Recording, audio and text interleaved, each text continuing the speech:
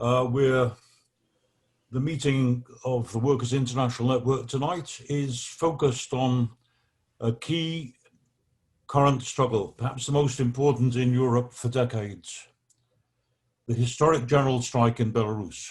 This is no transient dispute over pay or working conditions. It's a direct and overt struggle for power.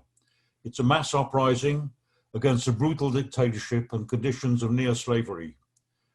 If the Lukashenko regime is forced from power, the repercussions throughout Europe and above all in Russia will be absolutely crucial. We're privileged to have on our platform tonight a range of leaders, representatives and allies of the Belarus independent trade unions who will give us direct first-hand reports and analyses straight from the front line. That includes, it was to include Vincent Présumé from France, French Marxist, on the general strike. The French have a particular tradition and history of general strikes. Unfortunately, he's had to give his apologies, but he has already sent the text of his contribution to us, and Comrade Ed Bober has kindly translated it and will be reading out the translation of his contribution. We've got from Belarus, we've got Eliana Edwards, at least one striker, and Hanna Danilovich, all on behalf of the Belarus independent trade unions. We also have Comrade Wim Dekkers, a Netherlands trade unionist who's been long associated with the development of the independent Belarus unions. And we also have, of course, David Hempson, a South African Marxist and trade unionist who's been closely involved with solidarity work with the strike. Before we start, some announcements. First of all, as comrades will understand, we have to give the security of this meeting especially high priority. Please ensure, therefore, that your real identity is displayed, or if you have reasons to disguise it, that you are known to the comrades from the independent unions of Belarus. Second, I'm afraid that the timing for tonight has to be very strict. Every speaker on the platform will have to stick to a maximum, if they can, of 7 minutes each, plus translation time where necessary. This will allow just barely enough time for brief contributions from the floor, with priority given to comrades from Belarus and for questions.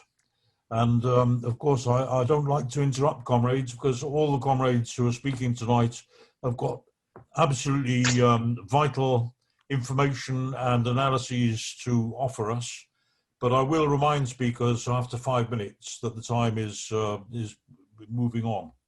I'm particularly pleased to see tonight, and something which has been a feature of our Workers' International Network meetings, that we have such an international participation. I can see that there are comrades here now from at least 10 countries participating in this. That's very good, and it's a testament to the solidarity and the internationalism of WIN, and it's a really good tradition of our meetings. I'm going to call first on Ed, if he's ready, to give us the translation of the contribution from Comrade Vincent. Okay, thank you, Roger. So these are the words of Vincent, as Roger pointed out. The general strike is an essential weapon of war for the working class. Let's be clear. No general strike has ever extended to all sectors and all workplaces. The biggest in history were German. They are often overlooked, against the Kapp Putsch organized by the trade unions in 1920, and then spontaneously the strike of August 1923, which overthrew the Cuno government and represents the last serious attempt at revolution by the Communist International. In France, in May and June 1968, the CGT leadership managed to maintain electricity production even though there were 10 million workers on strike.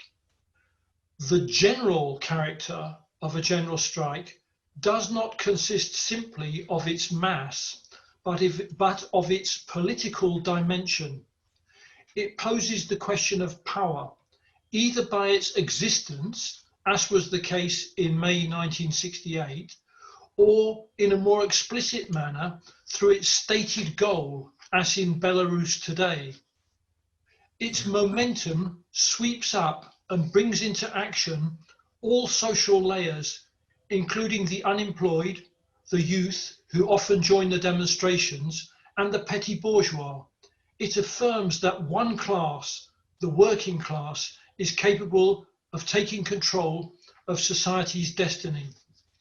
Fundamentally, that was what was meant by the statement of Alexander Irashuk, secretary of the BKDP of Belarus, in mid-August, during the eruption of mass strikes which made possible the continuation of the national and democratic movement in the face of terrible repression which had hit the masses from the evening of the rigged election result. He declared that a national general strike committee must be created to take control of the country in order to allow genuinely free and fair elections at all levels. But he said that whilst bringing to an end the first phase of the direct intervention of the Belarus working class, the stoppages in the country's big factories on the 11th, 12th and 13th of August. These mass strikes allowed the democracy movement to continue, with everyone participating in mass demonstrations on Sunday, women's marches, on Saturday, and pensioners' marches on Monday. But the mass of workers began work again after the first few days. They were unable to hold out over a longer period because of intimidation, threats over the continuation of their contracts, and very low salaries. But they have operated a go slow and collected funds to support the elected strike committee members, especially in the two big factories, tractors and cars, in Minsk, and in the universities and health services in Minsk, at Hrodna, the Hrodna Azot factory, and in the mining center at Belaruski, where the strike committee is directly linked to the free trade union BKDP. The strike committee members have continued the strike on behalf of the whole workforce, and as a result have been regularly arrested and beaten up by the OMON, the police. This somewhat unusual situation has been called an Italian strike. It's clear, and the workers know, that in the long run it will be necessary actually to go back on strike. But in its political objectives and the level of mobilization in the workplaces and across the whole country, it is clearly a question of a general strike in the political sense of the term. It is very significant that more and more Belarusians are referring to the entirety of their movement as the general strike. That which the Ukrainians in 2013 called the Maidan, the Algerians called the Hirak, the Czechs and the Slovaks in 1968 called it the Spring, etc. The Belarus term is general strike, and that is what is exciting the workers in Russia as much as in Ukraine, Poland, Lithuania and Hungary. After the first phase in mid-August and the second phase, which was the long Italian strike, a third phase was opened by Sviatlana Tsikhanouskaya, who had won the election of the 9th of August, perhaps not at 80%, but certainly at 60%. This young woman is not a leading bourgeois politician. Apart from the demand for democracy in Belarus, she has no clear political position. The social component of her program has been influenced by the BKDP, the trade union. She's calling for trade union labour contracts for everyone. The economic component is created by liberal supporters of privatisation, and the two components are contradictory. She's not campaigned on this program. She's not campaigned on this program, but has presented herself in place of her imprisoned husband as a symbol of the desire for freedom. On the eve of the elections, fearing for her children, she fled the country. At that time, she was appealing against demonstrators and strikers and believed that she would no longer play a role. Then at the beginning of October, she herself took up the slogan for a general strike, and she called for a political general strike starting on the morning of Monday, the 26th of October. And strikes erupted on a bigger scale, in fact, paralyzing the biggest factories and bringing shops and public transport to a halt. These struggles took place at the same time as the uprising of women against the outlawing of abortion in neighboring Poland, which is very important for the people of Belarus. In this third phase, the comrades of the BKDP debated about the Italian-style strike and the French strike. Alexander Irashuk published an interview which was much more cautious and moderate than in August about the scope of mass strikes, sticking to the objective, which according to him is achievable, to drive out Lukashenko. The REP Union, which organizes the electronics and information sectors affiliated to the BKDP, was pushing for a French-style strike. These sectors were particularly hit by very violent repression. The REP, whose leader, Zinaida Milnikuk, was arrested at Brest-Litovsk on Sunday the 25th of October with her comrades Alice Skharuk and Daz Polyakova. The strike committee of Belaruski linked to the BKDP and notably the strike committee at the Minsk automobile factory. Between the Italian strike and the French strike, the Belarus proletariat are actually about to write a new and beautiful page in the history of the proletarian general strike. Their Belarus general strike is a long-term political mobilization backed by working class pressure for political and democratic objectives which will open the way for all of society's demands, and they'll be channeled through this movement. The ending of short-term contracts through the overthrow of Lukashenko. Therefore, we should not oppose democratic and economic demands. They go together. This may go on for a while, but it has the strength to triumph, as shown by recent examples in Bolivia and Chile. The general strike has a long history. We have had general strikes and movements pushing for a general strike. 1906, 1920, 1936, 1947, 1953, 1968, 1995, 2003, and continuing since 2016, which aim to bring about a direct confrontation with the power of the state. In Britain, there have been economic strikes which were striving to spread and which led to political confrontation, which terrified the trade union leaders and thus were lost in 1926 and in 1984. South Africa, Korea, Brazil are other examples. The current Belarus general strike has huge significance for the working class and trade union movement and revolutionary internationalists across the whole world, because it brings new experience into this process of developing the long march towards liberation. Very good. Thank you very much, Ed. And we will definitely pass our thanks to Vincent for a brilliant introduction. Aliena, are you ready now? Aliena, on behalf of the Belarus independent unions? Yes, thank you so much. And many thanks to Vincent to such comprehensive introduction, as always. Thank you, Roger. Thanks, Ed. and David.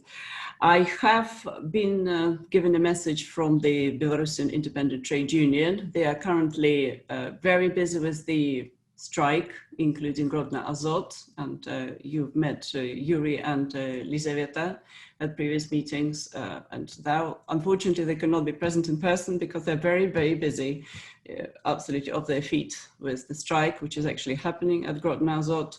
And the information they're sending at the moment, from the Ammonia 3 department, 16 people have been fired. 19 people are under question mark. So far, they've taken sick leave, so they haven't been officially fired yet. Everyone who came to the checkpoints on the 26th of October, Monday, start of the strike, and those joining the strike are being fired.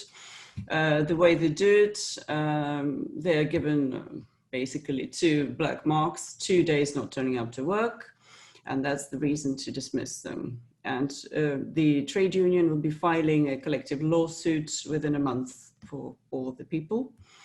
Various foundations and charitable initiatives are helping. The special app called I Need Help is for people to sign up, and they're getting a set of a few food products what they need to feed the family. And there is a great support from the public. People offering for those who were, for example, kicked out of their accommodation by the factory. People are offering accommodation for them, or to pay for their accommodation to rent somewhere. Students that had various loans for education also are being offered various help to continue or to pay off the loan. Other funds will be getting involved later. The worrying thing is that the management is gathering strike breakers. They're trying to scour all the other chemical enterprises and find some strike breakers to replace those in strike. And they already had a word with Naftan, but Naftan enterprise, another chemical plant, very important, linked to Grodno Azot, has independent, strong trade union, and no strike breakers were found there. However, in Homil and Mohilov, there are other chemical enterprises, and various workers were found there to come to Grodno Azot on false pretenses sometimes. Sometimes they are promised some kind of training, sometimes it's called a business trip, but the purpose is to replace the striking workers. So that's a big worry and a big concern, because of course officially the authorities are saying that there is no strike in Belarus. Everyone is turning up for work and all the enterprises are working as usual. And just a few examples of what was happening, and I will cite from the Belarusian Independent Trade Union letter, which I'm sure you might receive in due course from colleagues and employees of Grodno Azot, call for solidarity. They're asking other employees not to go on the business trip, not to replace their employees as strike breakers, not to reach such proposals. So once on Monday the strike was announced nationwide, the workers came to the checkpoint to protest against the violations of their electoral rights. And already they were awaited by several prisoner transport vehicles and the riot policemen in full ammunition. And the riot policemen were using batons, were kicking them and swearing at them, using expletives to force the workers to give up their legal right to strike and to drive them with batons to work like slaves. And they were calling them slaves, actually, it's all on the video. At least 32 workers, members of the Belarusian Independent Trade Union were taken to the local police station. Then there was further humiliation, intimidation. People who supported them, list of names here, were thrown behind bars or fired. So it's riot police at the checkpoint to the factory, work at gunpoint, threats of dismissal, fines, imprisonments, compensation. The workers were asked to compensate for damage from stopping production. So that's the reality in which the employees of Grodno Azot are living now. And the plant administration was unable to staff the next night shift, and other workers began to announce that they will join the strike. And the strikers are asking everyone to protest against the actions of the administration of Grodno Azot, linked with the illegal dismissal of workers for their civil position, and with a demand to reinstate them at work to compensate them for moral damage caused by all that treatment by riot police, to prevent henceforth any presence of the riot police at workplace, and to refuse to search, to keep looking for strike breakers. As long as they're united, they're of course invincible. They're asking for support. So just a quick one to make sure I stick to my time limit. Various, I've been sending information on other enterprises. Belarus Kali, which was also mentioned in Vincent's address, that was the potassium producer enterprise. More employees have declined to start work. They have published public letters to explain that they're joining the strike. At Minsk tractor plant, there have been people joining the strikes. Minsk tractor wheel plant, Minsk electrotechnical plant, Atlant. The universities were a major activity point. Lots of universities like the Belarus State University are on sitting strike. The students of medical university are protesting. There are solidarity rallies across other companies, and the riot police turns up to disperse the solidarity chains. Various other ones I haven't mentioned yet. Grodno, another one, Himvoloklo, another chemical plant.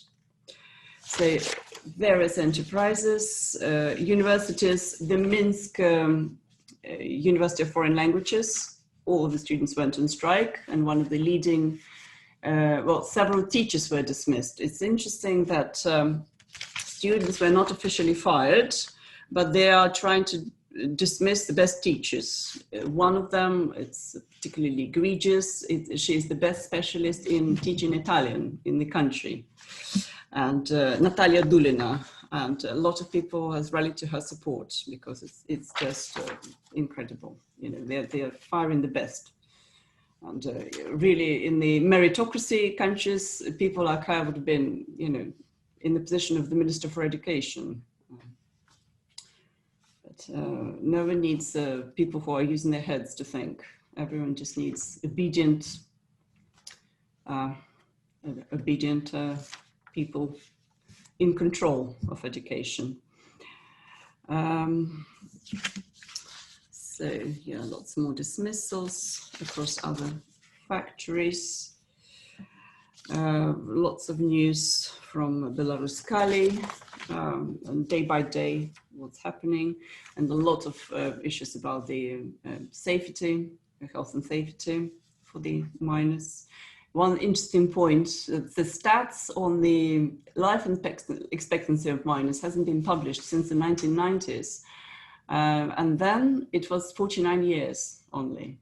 And it hasn't improved since then, but people are just not seeing the stats. That's the problem. That's the average life expectancy because of the risk and the working conditions. So just a few very quick words on today's march. Today's march was called March Against the Terror and March of Memory, because today in Belarus they celebrate it's called Dyady, and it's like the Ancestors' Day, honoring the ancestors and asking for their help and support. And people marched through Minsk to the Kuropatty forest graves on the outskirts of Minsk.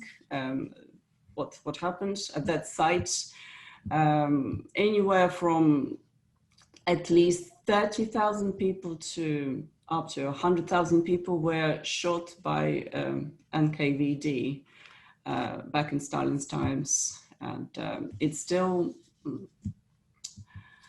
people still use that place as a place to gather and to honor those who are actually perished, fighting for many things which are still important for people to fight. And yeah, the riot police unfortunately followed people throughout the town, dispersed several columns, so that they couldn't join up in the one big column. And people are saying that there were at least as many people as were coming out for previous marches. But it was very difficult to gather them all in one place because many places were fenced off. There was, again, the stun grenades were used. There were rounds fired in the air, fired at the crowd. Various other bits of military machinery and intimidation were used. But people actually managed to get through to this site, Korapati mass graves, and the police was still there and chasing people. It was like a safari on people. It was really horrible. They were in vans and the armed vehicles, chasing people and grabbing them wherever they can. Yes, okay, my time is up. I just wanted to also give comrades big thanks for all the letters of solidarity for teachers and the doctors especially, yeah, because it really had great impact, especially the doctors. You know, if they're arrested, who is going to operate and who is going to treat people from COVID? There was a lot of that. And the teachers, they are all sending a lot of thanks for your support. Okay, my time is up. Thank you, Elena. Very, very inspiring reports. Hannah Danilovic, are you ready, please, comrade?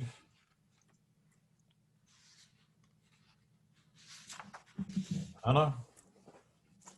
Yes, hello. Hi, can you hear me? Yes.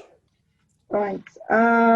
Okay, well, I would absolutely second what Elena says, and I was asked to comment on what the legal implications of the suppression of the workers and why it's all happening. Well, actually there has been rather a long history of worker suppression in Belarus, and the first major attack on workers' rights was in 1999, when the probably most infamous in Belarusian history, the decree number 29 was introduced. That decree allowed to basically put everyone on short-term contracts. The longest term allowed by law since then was 5 years. So that's quite rare. And the people who come in the first time, they normally get 12-month contracts. Then that decree alone contained about 26 different ways to fire people, so 26 different reasons, and that basically allowed what we now call allowed bonded labor. The next decree that exacerbated the situation was the decree number 5, which was enacted at the end of 2014, and it started working from the beginning of 2015.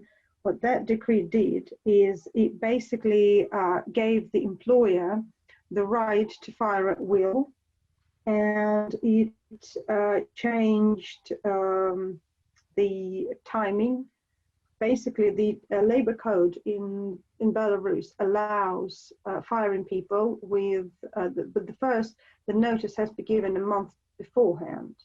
The decree number 5 shrank that to a week, and it allowed extra reasons for firing people. Basically, it introduced the new personal liability for price directors maintaining what's called the productive and labor discipline, which is basically the management has the is now obliged to ensure compliance, and if the workers don't comply, this point, which is called that they are called the people who discredit the enterprise. And if they discredit the enterprise, they can be basically fired within a week. Or if the discreditation of enterprise is considered to be significant, they can be fired on the same day, with the union not having any time to protect them. I mean, not that official unions actually do anything to protect workers in Belarus. They're more like a transmission belt directly with the management. But the independent unions don't have the time to act in any particular way, because if, say, a trade union activist, and that's one of the main category of people fired under this clause, if they fire a person on the same day, you just don't have the time to actually put in a complaint or to understand why. So the usual way to persecute workers, to threaten workers with dismissal, was that trade union activists are normally given short-term 12-month contract according to the decree number 29, and then they could have been terminated in a day according to decree number 5. That's gone even worse, because this year, starting from the 29th of January, the main statements of these two decrees were included in the labor code. So the labor code was amended, and right now it basically allows employer almost unlimited powers with relation to its workforce. And the last but not the least in the whole system is the most recent decree, which is a decree number 143, which was introduced, as it was claimed, due to COVID-19. But the thing is, one of the interesting things about that one is that it allows basically transferring people from one enterprise to another, and that was put in the labor code as well. And the that decree number 143, it also to change working conditions with the notice period 1 day.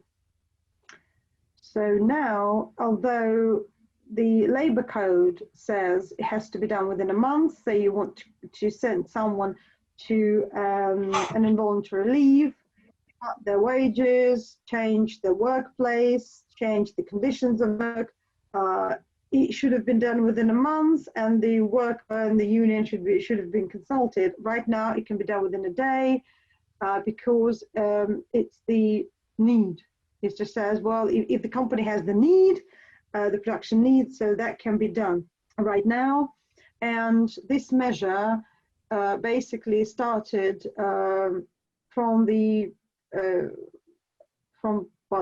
decree start in April, from the 1st of May, and it says it's from the 1st of May until that time the president deems that unnecessary. So it can be basically forever, or until the new power comes in and changes the labor code. I'm not sure if I have time to elaborate on the decree on social parasites, but if there are questions, I mean, you read that in the notes that we made with David. So that's the legal base for the appalling situation with workers' rights that exists in Belarus. As for the strikes, well, the labor code, the article 377 of the labor code states that a strike is defined as stopping the work to resolve a labor dispute. So basically, if anything is considered not to be a labor dispute, when people stop working, it's not considered a strike by the law. And then the person can be fired for not showing up for work. And in Belarus, if a person doesn't show up for work for 3 hours in 1 day, that's the reason for firing. So that's the Belarusian workers by law do not have the right for political strike. So that's basically the legal base. Obviously, right now the strike is happening, and the Republican Union of Radio Electronics Industry, which I represent in the UK, is actively involved in helping people. Most of our activists were the first to go at the enterprises, and right now the union is fighting to get them reinstated and to provide help and assistance to those who really need it. So the union has a lot of work on trying to organize strike committees, and so we honestly don't know how that's going to end up, but we just hope that the strike will grow, and that in the end we'll be able to achieve something meaningful. So that'd be me. Thank you for listening. Thank you very much, Anna. Comrade Wim from Netherlands, who, as I say, has been had a long association with the struggle in Belarus. Are you ready, comrade?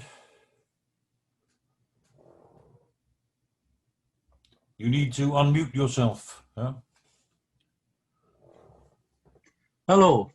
Oh. As you see, I am Wim Dekkers. I am first in this sort of meeting. I had a contact with David, and it was very interesting in the work that you all do for Belarus. For myself, from 2006 till 2017, I was involved with the Belarusian trade union, independent trade union. I work close together with the BKDP. So I know all the chairmen and vice presidents of the BKDP and what all happened in that time with the BKDP. Sorry for my English.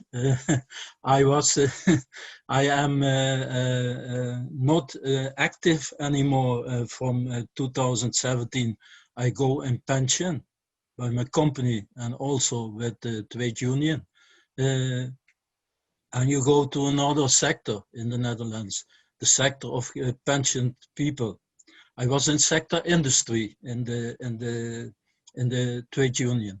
So in that time, in that 12 years I work in Belarus, I do trainings on occupational safety and health.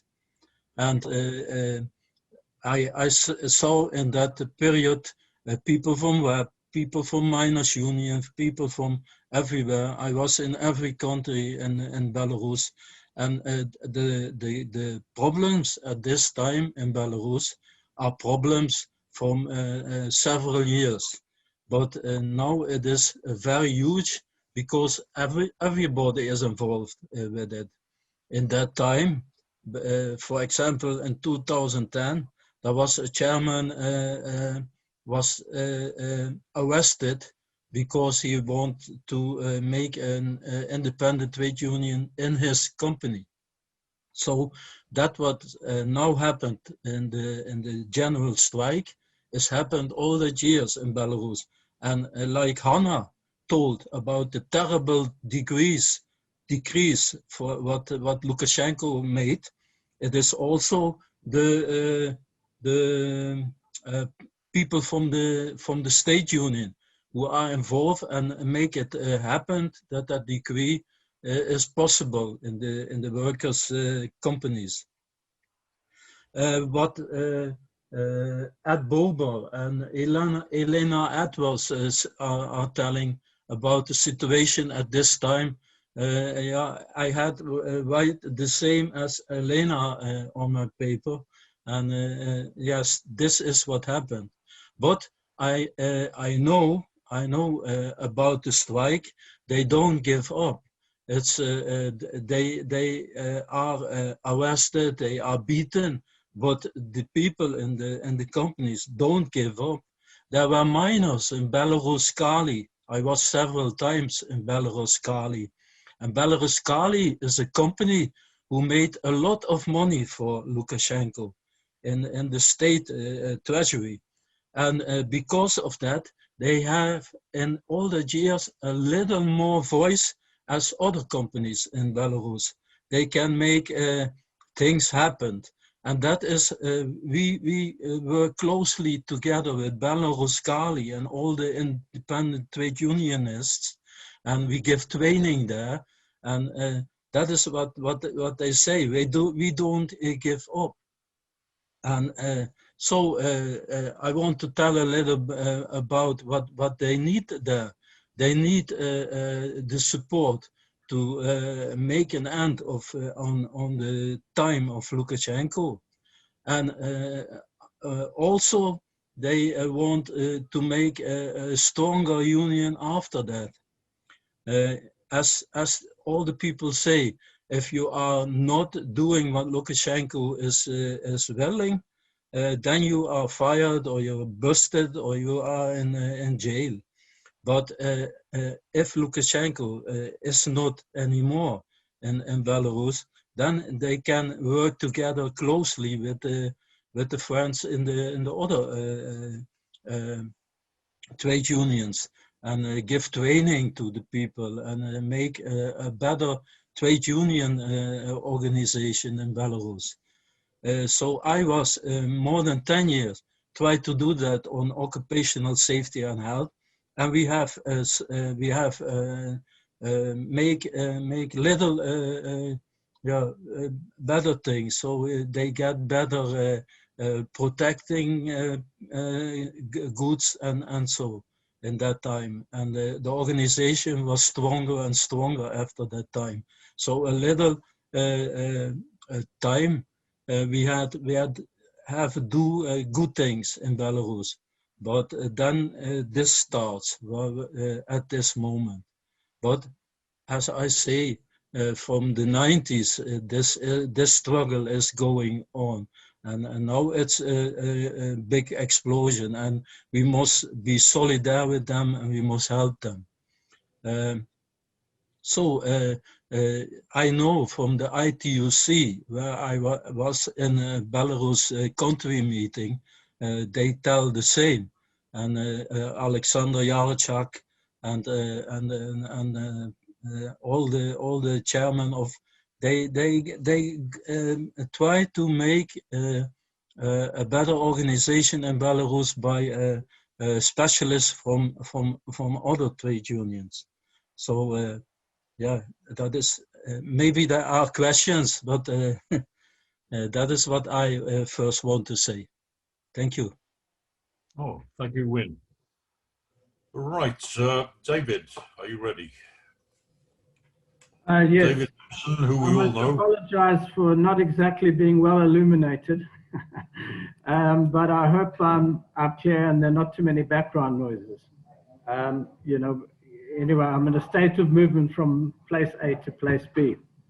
I want to thank Vincent for a marvelous introduction, for Elena for quite a comprehensive chronicling of what's happened in some of the major places of employment in Belarus, for a meticulous attention to the legal issues, which are unbelievably a code of for labor which is unparalleled in my experience, and I've seen some pretty nasty examples in Southern Africa under apartheid.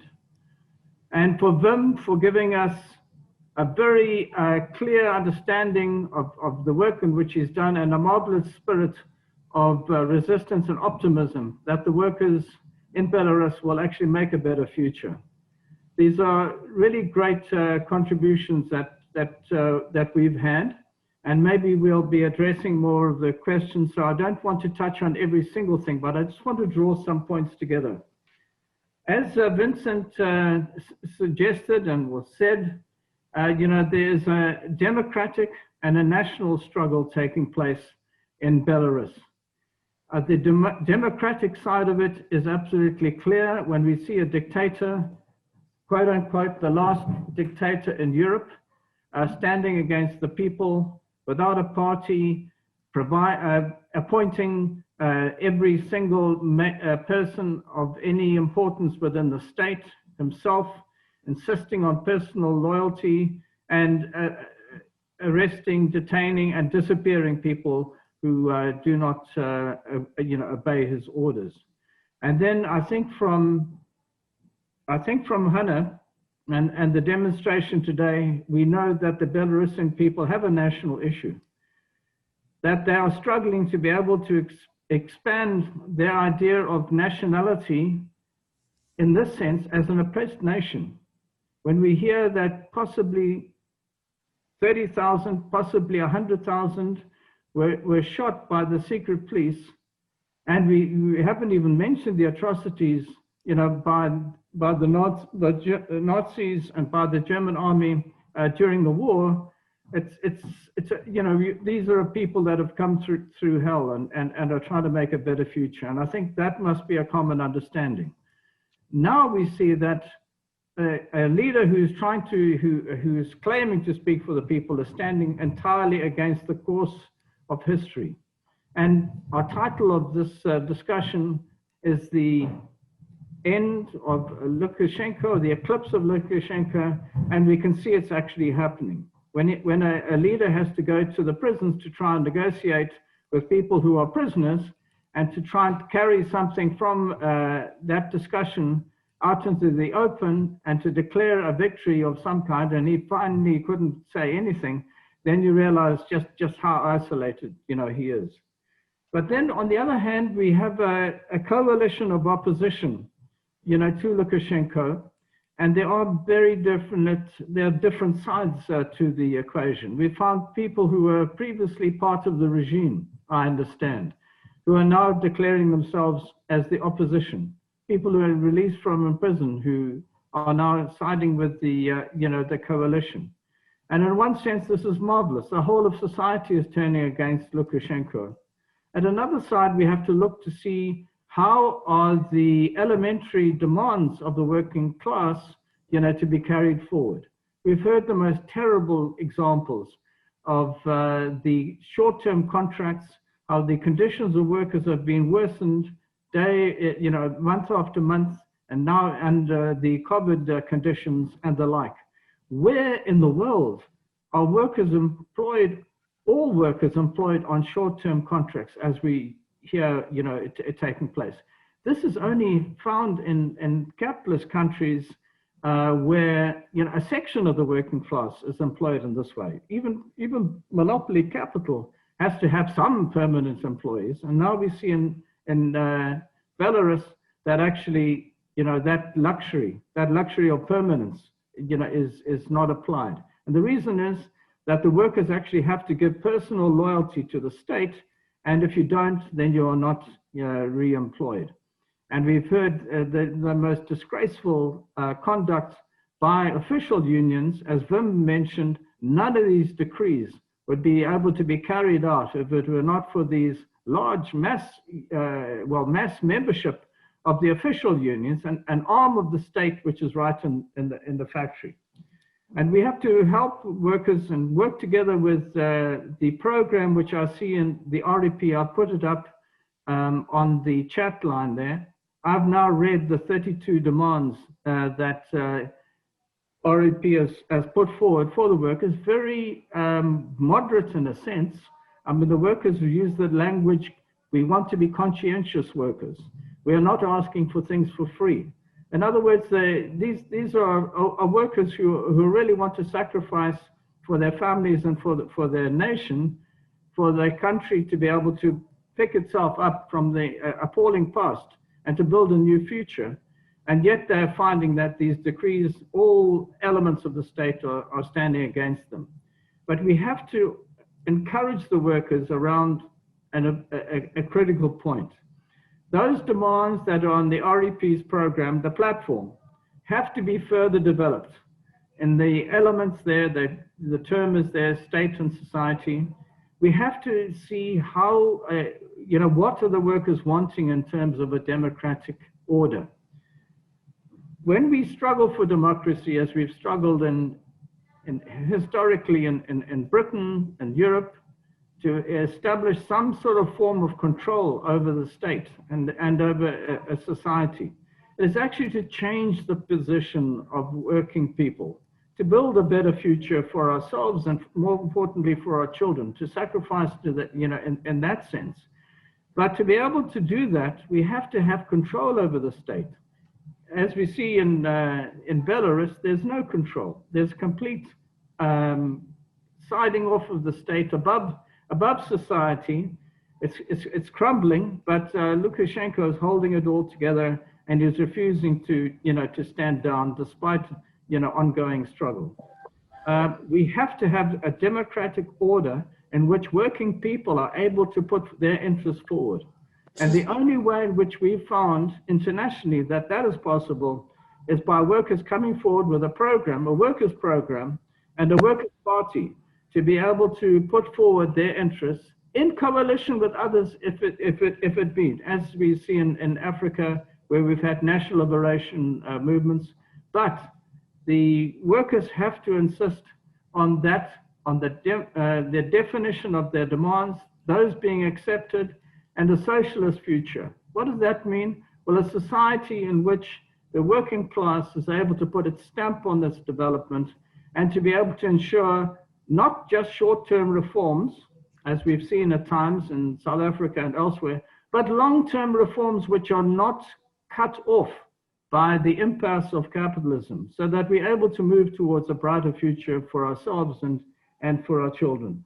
And that's an issue which we must devote ourselves to clarifying those issues, to be able to see in what way we can help put that forward, because we're not only fighting for free elections. That's a marvelous, there's been such courageous work around the question of the fight for democracy. Everyone wants to see that last election showed exactly how elections are being conducted, by the state.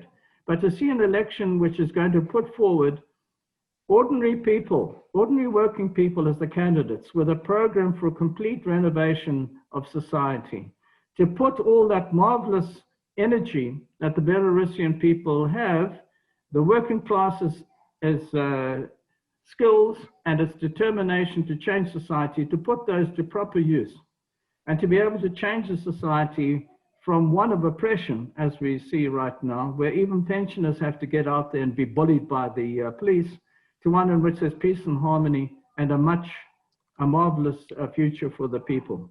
We know if that can be achieved, or even if we move towards that consistently, the Belarusian people, the Belarusian working class will be attracting applause from throughout society, from Chile, where we're trying to see a building of a new society, from Nigeria, where people are seeing that the police are oppressing them, from South Africa, where we've had setback after setback in our advancing of our interests, in Britain, where we see this confusion at times in the way in which society is able to respond to COVID and all the rest of it, to put our stamp on society and to change things.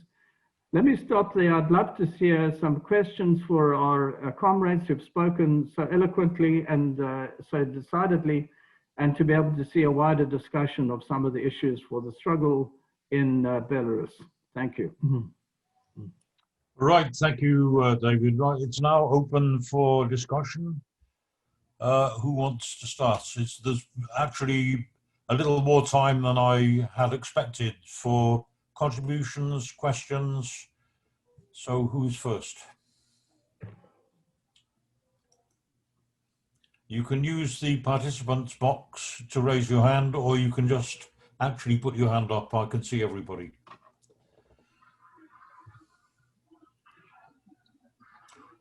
Okay, I'll kick off. I've got one quick question. Has any contact of any kind been made with workers' organizations in Russia?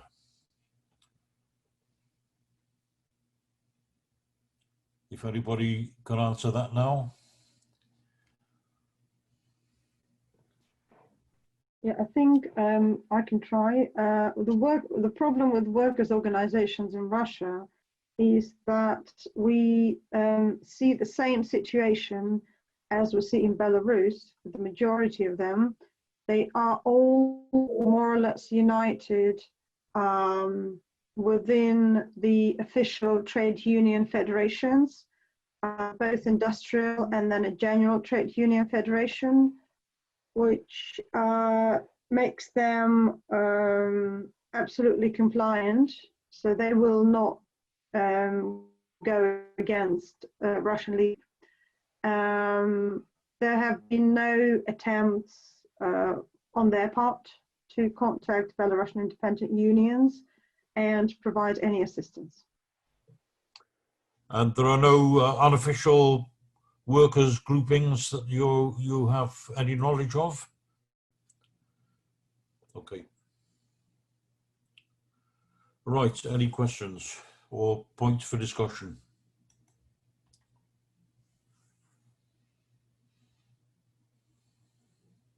Nobody has put their hands up. Roger?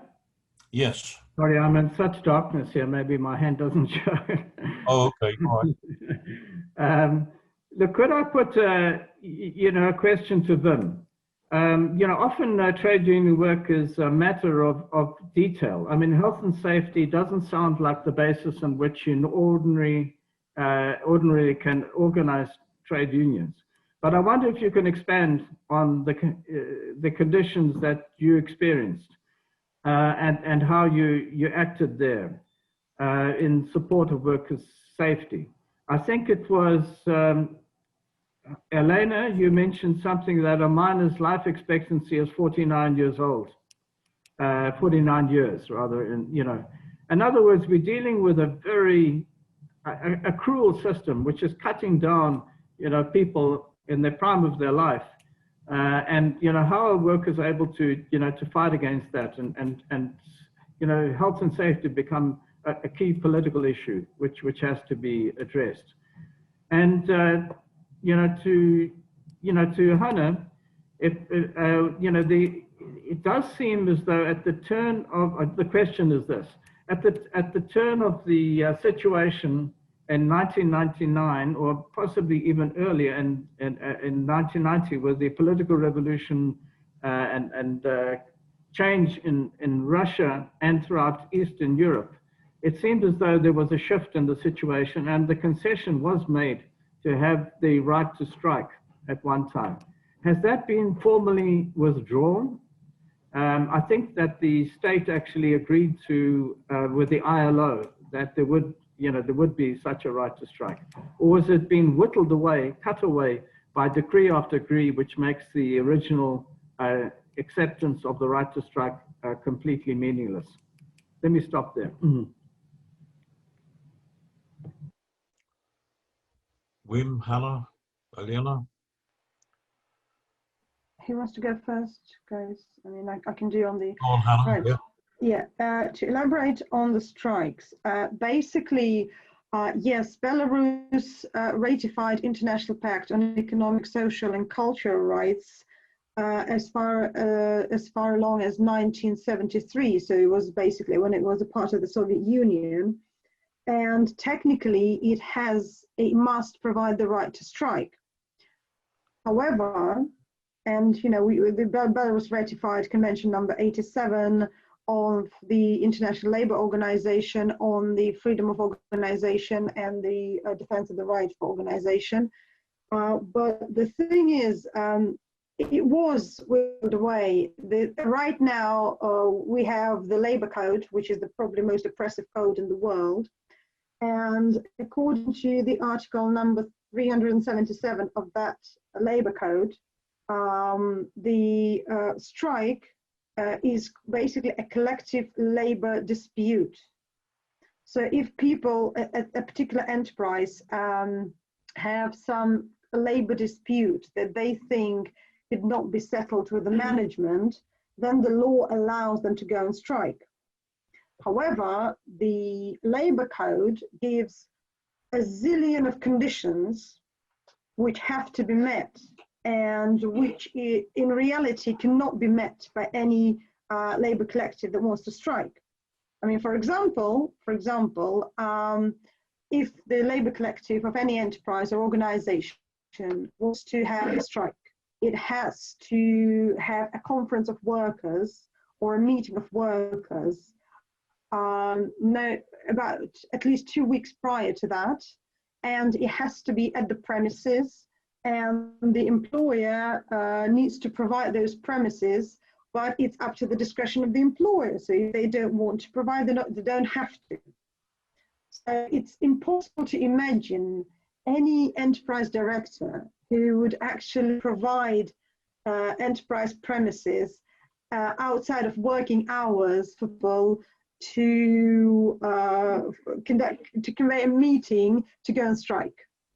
Everything else, according to the labor code, if a matter doesn't fall under a collective labor dispute label, then the strike is not allowed, and the time the person spends striking is considered to be as missing work for insignificant reasons, which alone is a reason for a layoff. And you only need 3 hours to be absent at your workplace for no significant reason to be to get basically to be black marked for being laid off. So we have a dilemma whereby the Constitution technically says, yes, there is a right for association. However, the Labour Code shrinks that.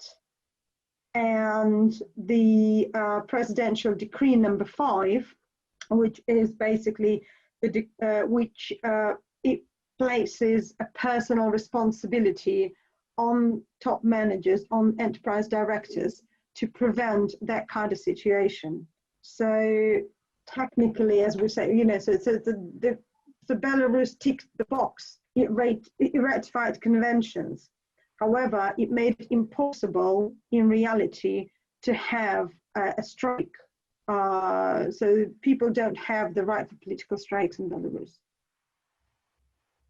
If I can add just a couple of facts, it's all the devil's in the details. Sometimes workers could be on the territory of the factory. They could be refusing to work or working following the protocol, standing by their machine, working very slow, doing Italian strike. Then still the administration will find the reason to lay them off for not turning up for work. Find the 3 hours. Or they could be detained, they could be in the police station, they could be held in the temporary detention facility. Everyone knows where they are. Everyone knows that they are not there because of their own volition, or they could be on sick leave in hospital, and they could be still sacked for not turning up for work. Everyone knows what's happening with them. It's all, very, very obvious. Or like some of the students and teachers was another egregious case when someone was being operated on, and they actually in the theater under the knife, and then the order of their dismissal arrived. They were told they were sacked. Egregious things like that. Yeah, to elaborate slightly a bit more, the decree number 5 basically says that the employer has the right to dismiss a worker for any action or inaction that leads to the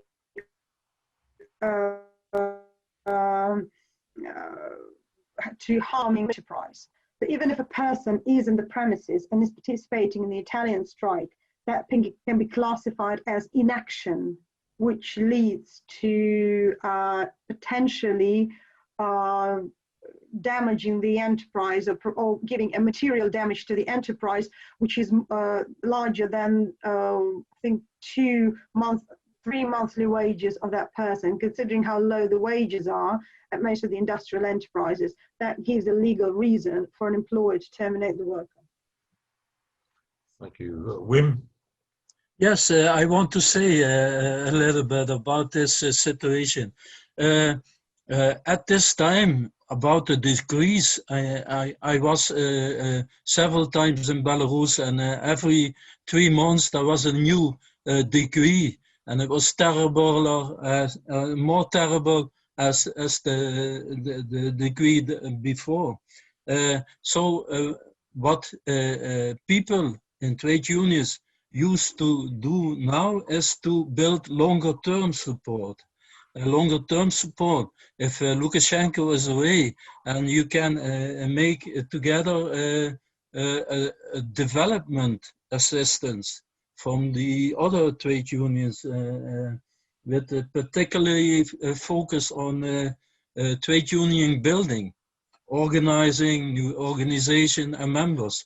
This is at this moment not possible. The last 3 days I heard in the news that Lukashenko closed the borders with more Western countries, and we can only support on the internet, and we support with our feelings, but the most important thing is to create another situation in Belarus, and then we can build on longer term support. So we get off from that terrible decrease, and it's not like making a Western Union, because I know from the independent trade union that they work close together with the unions in Russia, but with FBR and so. And I know the support from Russia is also to the people in Belarus, the independent trade unions. I know that. I saw letters and so about the solidarity.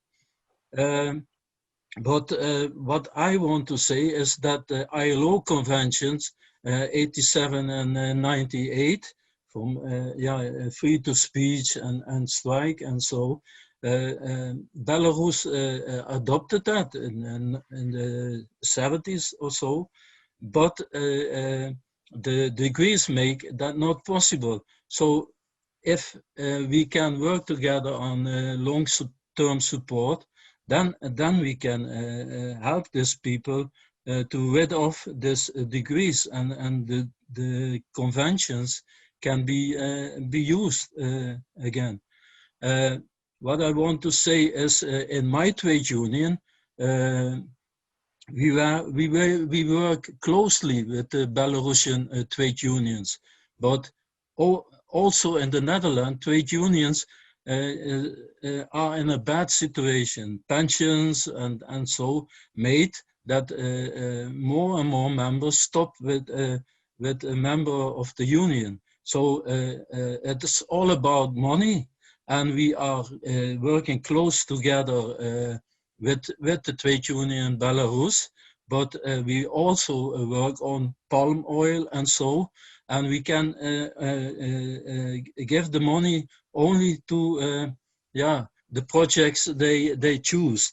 And in the last years, people were very involved with Belarus, but projects to go to Belarus and help them are not available anymore. So I'm using my network to help the people, and I advise my union about Belarus, and that is the situation. We only support, but and do solidarity, but we cannot go to Belarus to do that because he closed the borders. That I want to say. Okay, thank you. Thamos from Cyprus. Well, first I would like to thank the speakers for giving us all this information about Belarus, and as they explicitly stated, and as it comes out from all the descriptions, we are reaching a point where we are far, far beyond simple workers' rights and trade union struggles, and we have reached a point of real political clash and a real challenge for power. And this is extremely serious, and it means a lot both for Belarus, but also for the rest of us. And one thing I would like more information on is what is the program of the leadership of this movement? What is the leadership of this movement? What is the nature of the leadership? because I mean, I think that the workers have done their bit and they are doing their bit every day, and they are fighting a tremendous struggle. And I'm not sure whether the international community is doing its bit to help them. And I don't know whether the leadership of the struggle has really given a program that can inspire both the workers and the world and the workers of the world to join in the struggle. Because let's make no mistake, we are not talking about a local struggle. We're not talking about socialism in one country. We're not talking about a country making it alone. Whatever happens there affects the rest of us, and what we do affects Belarus. And I haven't heard much about the program of this leadership. What are they thinking? I'm not saying that they don't have a program. We don't have it. And this is something that really worries me, because I would hate to see another Ukraine or another Georgia or another Kazakhstan or another Armenia. It's something that I think we should discuss seriously, however difficult that may be. I think this is the sort of thing we should be discussing. Thank you. Right, thank you.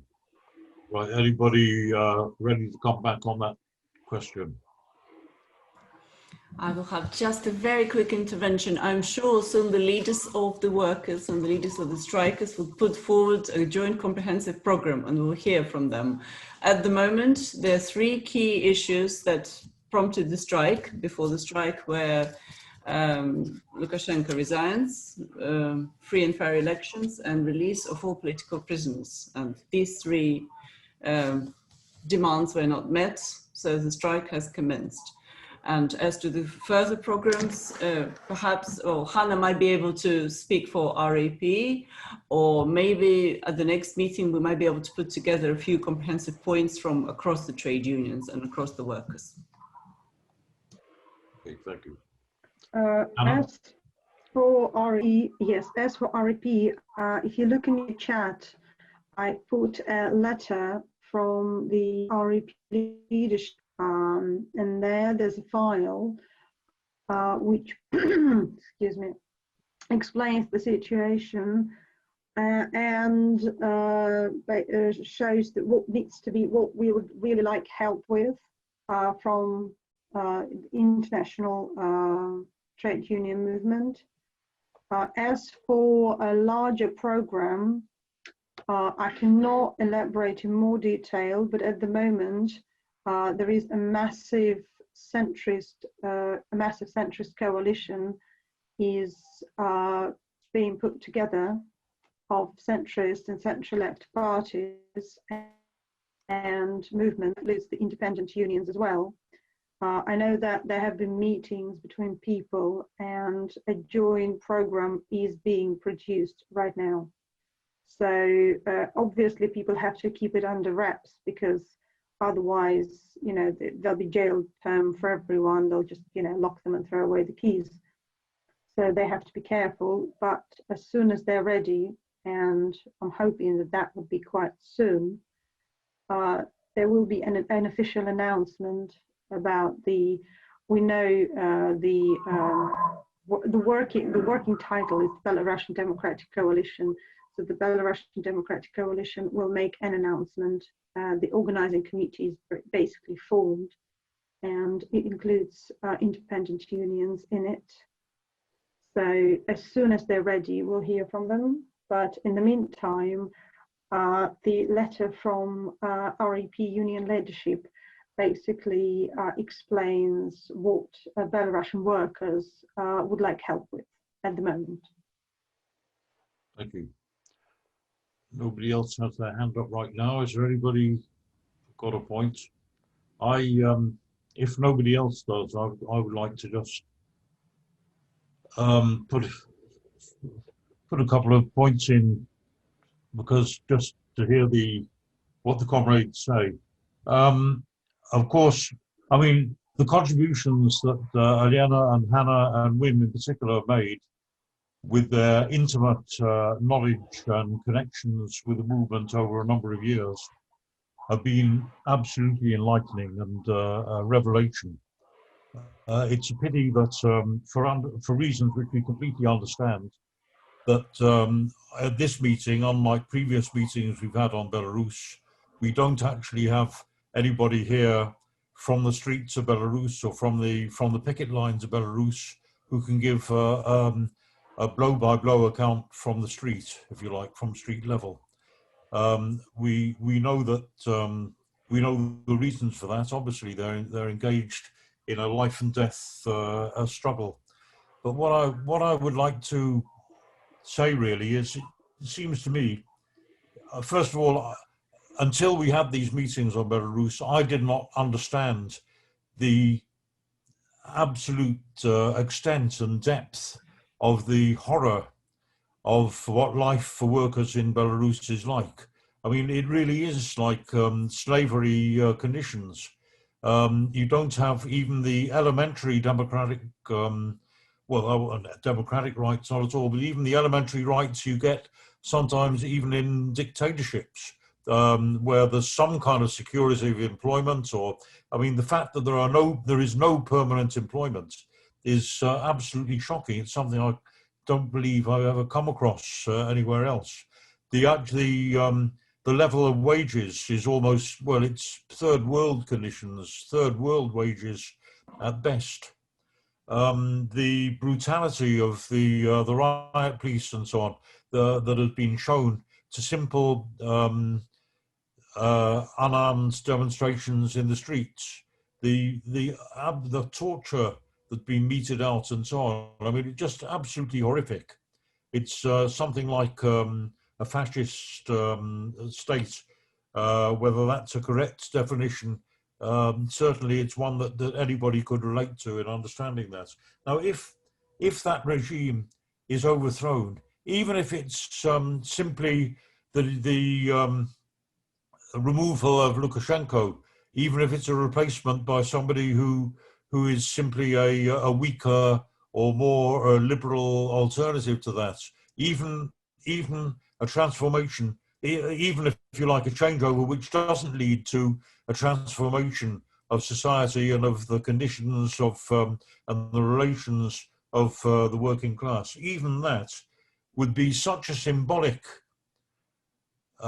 achievement that it would destabilize and rock the whole of Europe, it seems to me, and above all, of course, Russia. And it's very interesting what Wim said about the sympathy, which I'm sure is there, of workers in Russia who've been cowed and intimidated and repressed by the horrible Putin dictatorship. But to have seen that heroic struggle over weeks, over what, a couple of months now, against the brutality of the police and against all the repression that's been meted out to them.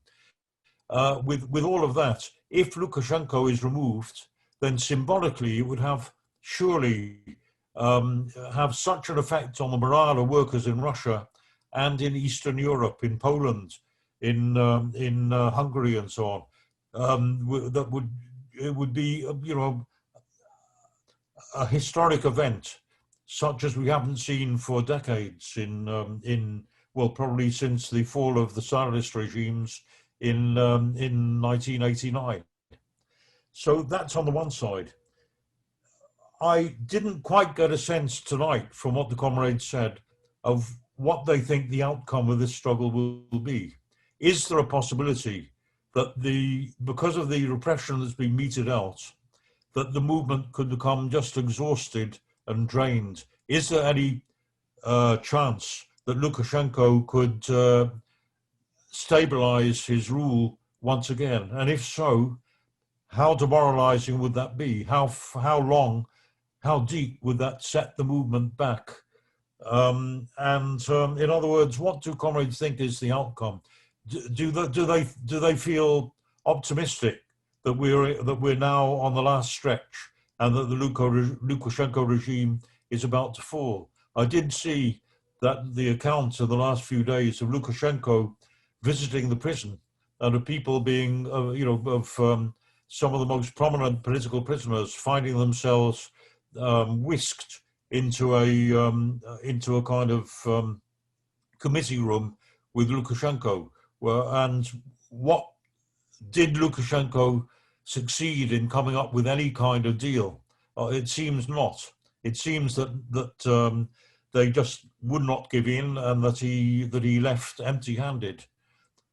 What do the comrades think? Are we going to see in the next week or two the downfall of Lukashenko? If we don't, how serious a defeat would that be? That's some questions for comrades to think about. I see that Olivier has his hand up. Comrade Olivier from France. Yes, hello, comrade. I think there is a big, there a big convergence of situation between what is happening in Poland with the upsurge of women against forbidden of abortion right, and I think there's a common effect. The movement in Belarus during the summer gave influence on the mode of people around in the region, and at the same time, I think if the women and the supporters in Poland are able to smash the clerical regime with their demand, this will be a huge effect on Belarus. A small fact: in my trade union, in my workplace, we voted a support to give money to BKDP, and we raised €500. But the problem is how to send the money, because when I phoned to the central bodies of the CGT in Montreuil, the comrades said to me it was very difficult to send the money. So there are some comrades who have money to give, but it's it should be, we should improve financial underground railway to send the money. And I am in contact with the leading comrades in the CGT, with in charge of the solidarity with workers in Eastern Europe. So the money will go, but I don't know when. Thank you. Wim? Yeah, hello. I try to interrupt. In the Netherlands, we have the same problem about the money. We waste money, but like I say, Lukashenko closed the borders, but he also is closely involved what is in and comes out of Belarus about that thing. So we have the same problem. But what I want to say is, Lukashenko, he is a liar. Lukashenko is a liar, and the longer term support I told about is we must now make pressure on Lukashenko that he goes away. For example, Lukashenko tried to let control his plane in Germany. And German trade unions say, no, we don't repair the plane of Lukashenko. And that sort of pressure is also in Czechia, is coming from the trade unions in Czechia. In the Netherlands, we, for example, we are now looking for companies who do business in Belarus. We make lists and so. and we talk to our comrades in the Netherlands who work with that companies, so they can make pressure on the company do not do business in Belarus. That's on the one of the side. For the other side, the people in Belarus must earn money, and we must not bring that people in danger so they have nothing.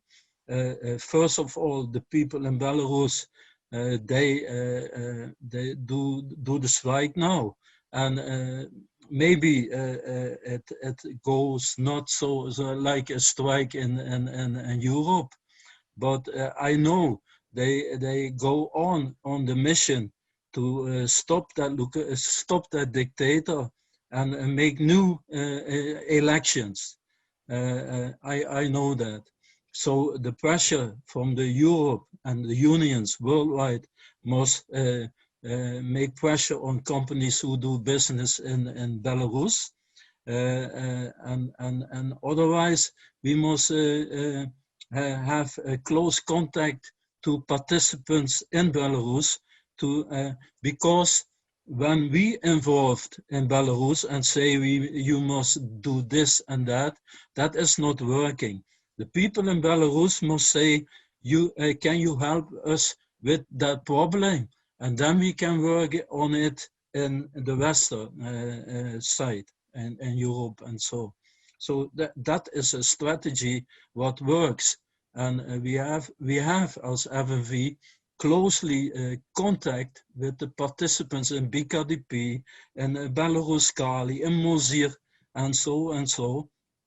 But how it works, the people in Belarus must say that, because otherwise Lukashenko said it is a Western invention, and that is not good to do that. Okay. Thank you. Joe from Ireland. Can you hear me there? Yes. Okay. Yeah, just a couple of points. The first one I wanted to put to you was that I'm not sure, it might be over-optimistic to expect that workers in the Soviet Union, well, it's not the Soviet Union, Russia now, would be supporting the revolt in Belarus, because the media in Russia would be portraying the revolt in a similar way to the way it would portray the revolt in the Ukraine. There would be images of fascists waving flags. There would be images of guys in suits who would be, the Russian people would be told, these guys are on the verge of bringing neoliberalism to Belarus. They've got no solutions. There would be a slant on all official TV, all official radio broadcasts, all the interviews would be rigged. So we're relying on the independent unions in Russia. Now, I'm not, this is where my ignorance comes into play, I am not au fait with to what extent or how extensive they are, but I would have a suspicion that they would be very, very weak, because equally they would be in great fear of repression and at a very embryonic stage inside the Soviet Union, inside Russia. So I would be very, well, I wouldn't be optimistic that if there was a transfer of power in Belarus, that initially there would be great support in Russia for that.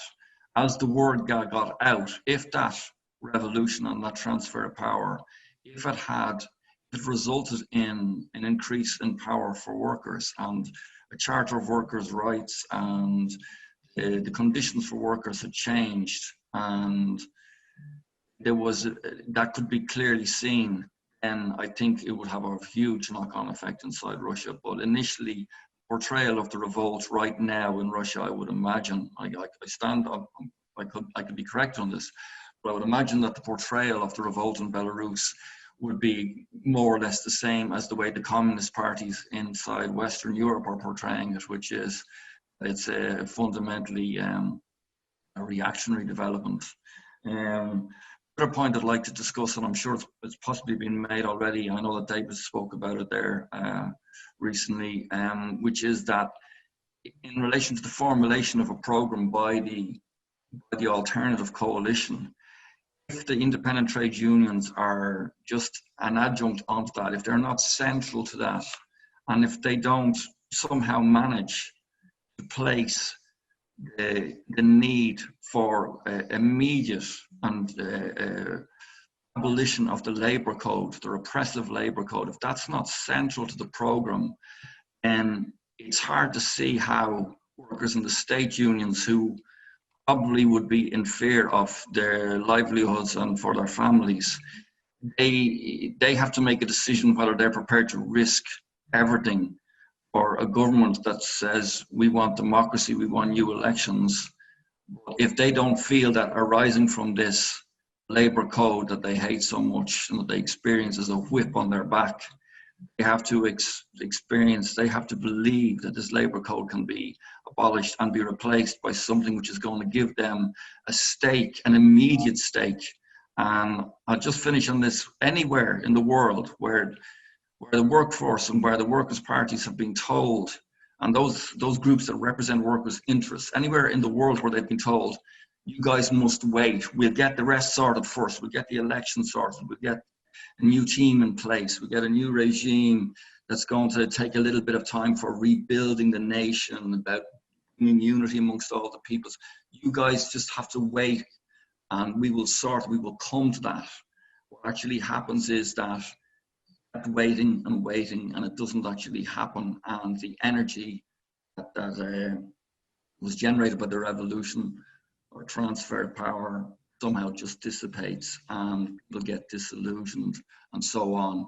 And then just to finally finish on Roger's point in relation to what's going to happen in the next 2 weeks, yeah, it either is going to peter out as in fizzle out, because that crunch point of whether the regime is overthrown or not, that will either come, it'll either be resolved, or it will just not be resolved, because enough people are not able to apply the pressure. And I'll just finish on the question then, in relation to that, given that the workers are under such pressure and there's so much fear there on the basis of this regime, and I know that fear we can counter, pose the issue of the courageous the courage shown by the people of Belarus in relation to demonstrations and strike action. But nevertheless, as the longer it goes on, more doubt starts to creep in maybe as well.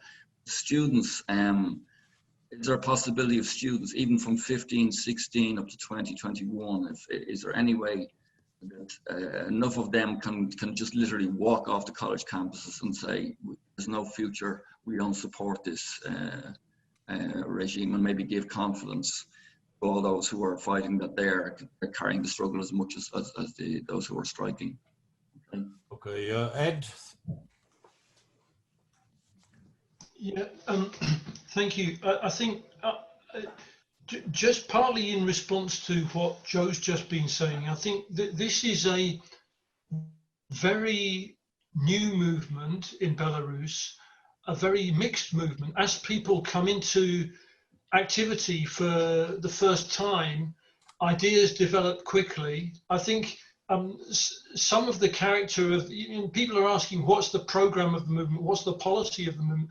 Some of the character is summed up in this dilemma that Tsikhanouskaya is dealing with. She herself is supporting the sort of social demands for security of employment and so on of the workers, but at the same time she's supporting a sort of neoliberal economic idea that's being advanced by the EU. The revolutions, when they begin, are always contradictory and contain different components pulling in different directions. It's worth noting that the EU, even very recently, is supplying Lukashenko with military equipment. So anyone in Belarus who believes that the EU is a friend of their struggle is actually needs to take into account some of the priorities of the EU when it comes to who they do business with. I'm not sure if quite agree with what Joe was saying about a lack of support from the people of Russia. I mean, there are in Chabarovsk in eastern Russia at the moment, there are protests taking place against interference by Moscow in local politics in Chabarovsk. In Kyrgyzstan, there are protests including crowds breaking into the parliament building because the allegation there is that an election has been rigged with voter buying and voter intimidation. So there are many features in some of the other parts of former Soviet Union that would suggest that people will identify with what's going on in Belarus. And if you follow what's going on in Poland, there are, in virtually every major town and city in Poland, there are kind of shrines or monuments in the town centre to the struggle of the people of Belarus. So I think, you know, it would be, to me, it would be very surprising if that kind of sentiment that exists in most of the countries near and surrounding in a similar geopolitical position to Belarus, it would be very surprising if some of that atmosphere was not also reflected in the attitude of the Russian people themselves. I'm also reluctant to agree with the suggestion of Joe that this is, in the short term, is either going to peter out or it's going to turn into something more spectacular. One of the features of the current situation globally, and we've seen it with the Gilets jaunes movement in France, which started 2 years ago, is that you have a grassroots movement starting from nothing, with no leadership, no program, just an idea that they want change and things have got to change because the situation is intolerable. And it doesn't win, but neither do the authorities win to clamp down on it and suppress its impetus. And certainly the authorities do not succeed in completely destroying the new hope and the new political ideas that have begun to grow within the population as a result of those first initiatives. I think this kind of semi-stalemate that exists in a number of countries, I mean, Sudan and Algeria in Africa, it's quite a similar situation as well, where you could say a revolution began, but a revolution hasn't finished. It's partly because of the enormity of the task that people have alluded to in this discussion. No country like Belarus can have a revolution on its own that is successful. If you had a revolution in Belarus alone, it would very soon become prey to the temptations of going in with the EU, getting support from the EU, and being forced, as Poland was a couple of decades ago, to adopt neoliberal policies which have led to a huge increase in the difference between rich and poor, an increase in child poverty, insecurity of employment. You know, that would be the outcome if the Belarusian revolution simply accepted a program of support from the EU, and that will be a temptation amongst some of the leaders who want a short way out. But it certainly won't be part of the instinctive gut feelings of the workers who are on strike, trying to achieve secure employment and trying to achieve better working conditions for themselves and for their children. So there's a kind of stalemate because the task is so enormous, because the task involves spreading the revolution, changing the revolution from a national democratic revolution to an international socialist revolution. And that kind of maturation of the consciousness of a movement like this doesn't happen overnight, but it doesn't necessarily mean that the Lukashenko regime has got the power to really reassert the control that it would have had before August. Right. We're drawing towards the end of the meeting. I know that Hannah, Eliana, and I think David still want to come in. Are there any other comrades with a quick point or question before I call them? Okay, Hannah, please.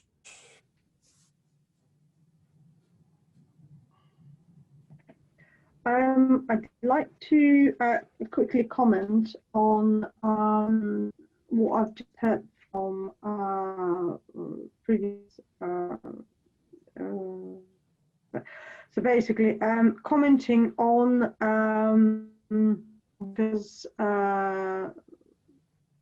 commenting on things like right now. The REP union is working on putting together a list of companies foreign companies who work with Belarusian enterprises, particularly those who work with larger machine building and tractor building factories, because apparently quite a few of these enterprises receive parts from Europe. There are quite a few clients who purchase from them. So the list exists and it's being extended every day. There was promised a list I can share with everyone if people are interested. So one of the things that the union asks for is to put pressure on these companies so that nothing comes in, no components go to the enterprises, no products comes out. So that's as for that. About the financing workers, which I think Wim spoke about as well. The unions are doing that as well. Right now there are quite a few funds, but there have been issues with these funds. So what the unions are doing now, we're trying to put together a mechanism to go direct. We've had a few ideas and we had a few recommendations. I mean, I passed the recommendations from David to the leadership of the union. They're very interested and they're now trying to develop it, to sort of put it together, because Belarusians, you have to sort of tweak a bit.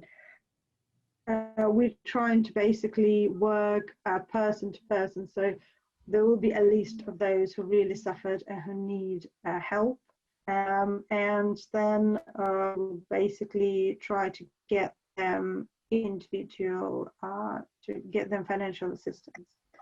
As for what was said about what I think Joe mentioned about that the unions have to play a central part in the new coalition, well, they do. At least the REP union does. It's one of the central movements around which the coalition is being built. So the workers' request, the workers' struggle is in the middle of it, and it's being recognized. So it's not just adjoining themselves to the coalition, they're actually building that coalition. As for the length of the actual revolution, I would say that if the violence continues, we would not see years and years of struggle as we see in France. It will be shorter, but another circumstance, another cause for quicker action would probably again be if the current authorities, if Lukashenko sees a power, a collective power, which he has to actually pay attention to, because right now he doesn't see that. And he only responds well to financial threat. So if there is a collective power, if there is a democratic coalition which can, with the help of the outside world, put him in a position where he will feel threatened financially, and where he will feel that if he doesn't give in, say he doesn't let the political prisoners out, there will be consequences for him, not just for the country, but for him personally. Then I believe that he will go and he will start the dialogue. We just need to figure out where to press and how to press, as painful as possible. So that's, again, this work is being done, and you know, as soon as people are ready, I'll inform everyone about that. Thank you. Okay, thank you. And Eliana? Thank you. Yeah, thank you very much to all the speakers before me. Yes, I concur with Hannah. And thank you very much, Olivier, Joe, and a very good comment from Ed and Wim. Thank you, comrades. With regard to the dialogue, picking up on that point, certainly what was mentioned at the start, Lukashenko going to a KGB prison and supposedly starting a dialogue with the opposition members who are imprisoned there, it's just buying time on maybe trying to pull the wool and create an impression that he is going to make some concessions, apart from letting out all the political prisoners, not just some, but then take part in Lukashenko's game and say what he wants them to say.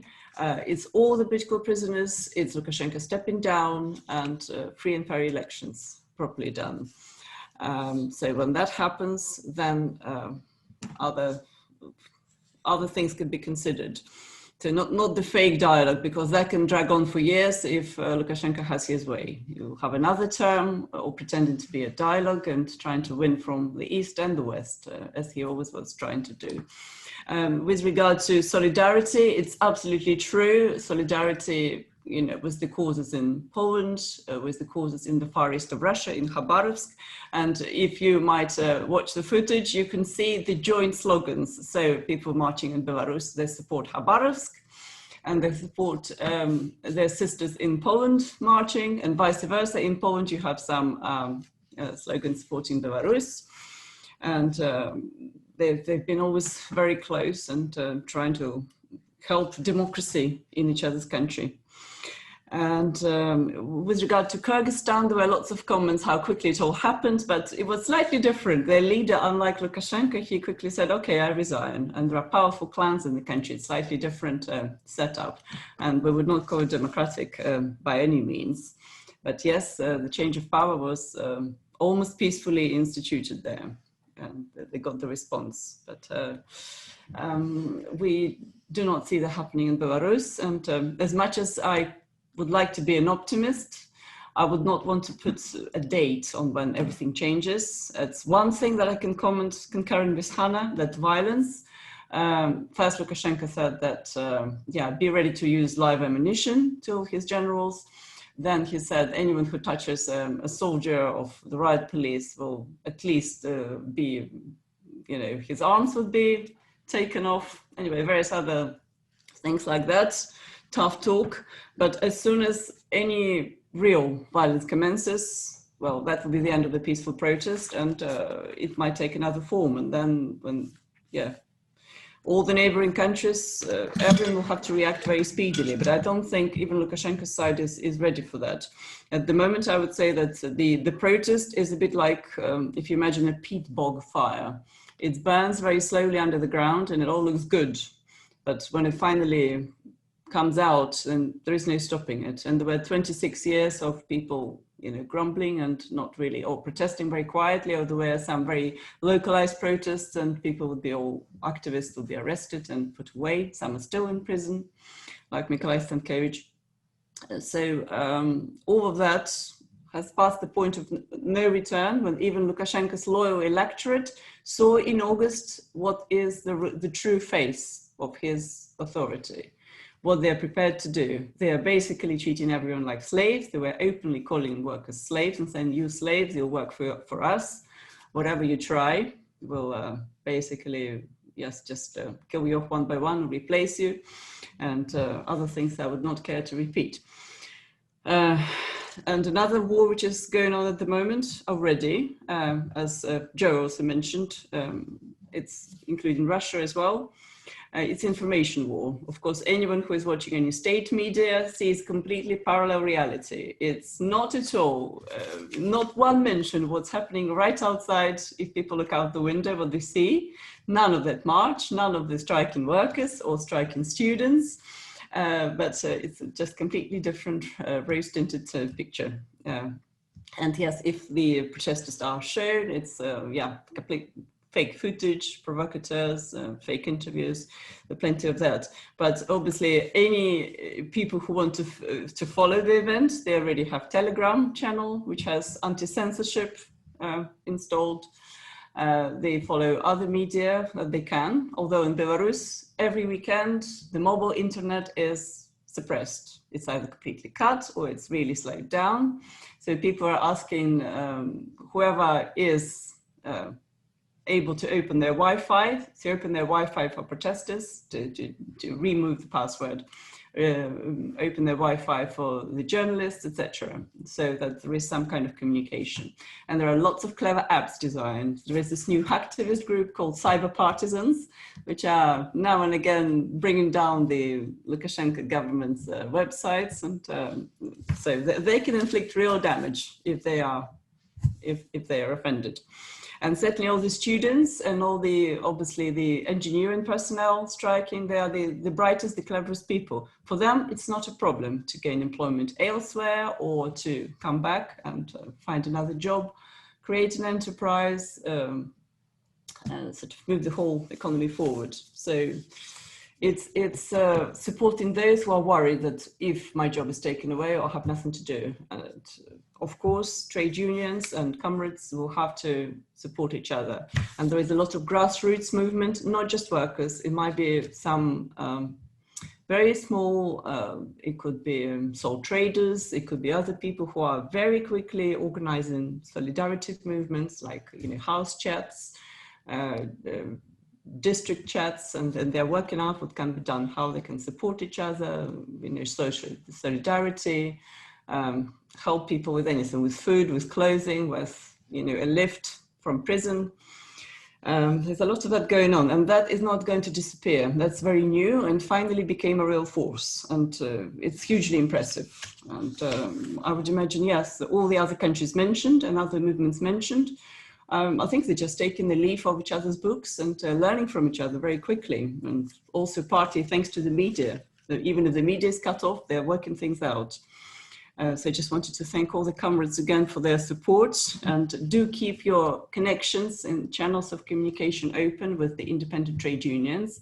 And once this whole thing is over, I believe, yes, all the existing independent trade unions would have gained many more members. Maybe some new independent trade unions would have arisen, and they all would need experience, would need to, yeah, exchange training and show solidarity, and likewise they're repaid in kind when it will be their turn.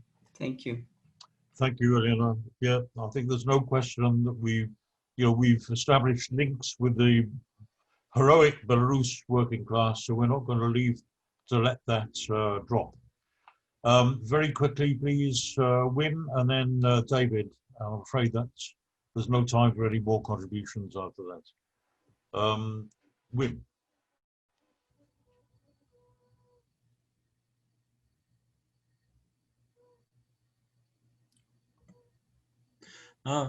One thing I want to say to bring money to the independent trade unions.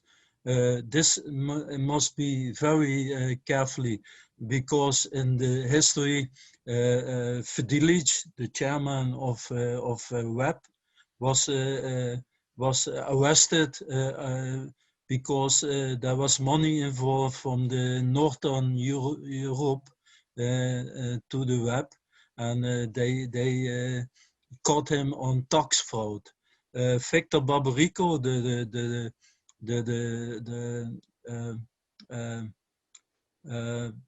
president elections, he was also caught about money. So if you want to Belarus, you must it must be very careful because they caught workers in prison for that. So that I want to say, you must very carefully about money to Belarus. Thank you. Right, thank you, Wim. David. Well, look, what can I say? I mean, I can't add to the praise that others have made for the contributions. It's been absolutely marvelous.